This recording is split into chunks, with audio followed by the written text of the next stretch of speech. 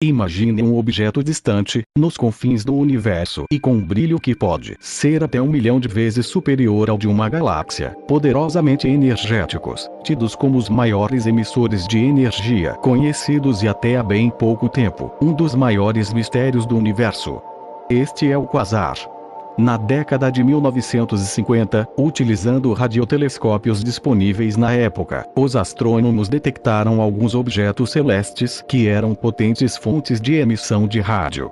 Usando pequenos telescópios em conjunto com o telescópio Lovell como um interferômetro, foi demonstrado que os quásares tinham um tamanho angular muito pequeno.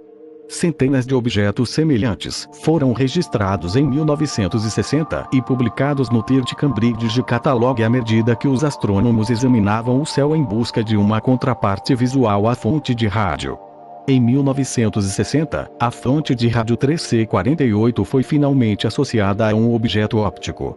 Os astrônomos detectaram o que parecia uma estrela azul muito fraca na posição da fonte de rádio e obtiveram seu espectro. Contendo muitas linhas de emissão desconhecidas, o espectro anômalo desafiava qualquer interpretação. Uma alegação feita por John Bolton de um objeto com redshift enorme não foi aceita. Depois, utilizando os telescópios ópticos, observou-se que esses astros recém-descobertos tinham uma aparência muito semelhante a estrelas de fraco brilho. Chamaram a esses objetos celestes de quasi-stellar radio source, ou em português fonte de rádio quasi-estelar. Daí vem o nome de quasar. A palavra quasar foi criada pelo astrofísico norte-americano Ong Eichel em 1964, na revista Physics Today, para descrever estes objetos misteriosos. Durante alguns anos depois da sua descoberta, existiu muita controvérsia sobre a natureza destes misteriosos corpos celestes. Hoje acredita-se que um quasar é uma região dentro de uma galáxia, onde existe um buraco negro extremamente massivo e energizada pelo seu disco-acreção. A fonte energética de um quasar é um buraco negro supermassivo no núcleo de galáxias distantes. Como a luz não pode escapar do buraco negro supermassivo no centro dos quásares, a energia que escapa está sendo gerada do lado de fora do horizonte de eventos pelo estresse gravitacional e intensa fricção no material que está caindo. Analisando o seu redshift, desvio da luz para o vermelho, conclui-se que os quásares são objetos muito distantes de nós. Na verdade, são os objetos mais distantes que nós podemos observar.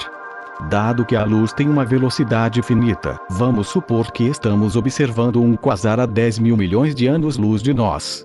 Significa isso que estamos vendo como era esse objeto celeste há 10 mil milhões de anos, ou seja, numa época onde o universo era muito mais jovem do que atualmente.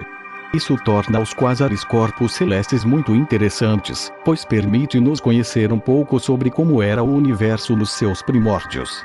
Estima-se atualmente que o quasar é uma região compacta com 10 a 10,000 vezes o raio de Schwarzschild do buraco negro supermassivo de uma galáxia, energizada pelo seu disco de acreção. Até agora os cientistas catalogaram mais de 200 mil quásares no universo. É possível observar um quasar.